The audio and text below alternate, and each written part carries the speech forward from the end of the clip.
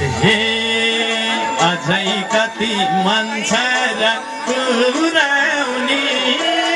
यही लगनमा शुभ साई जुराउने नभन के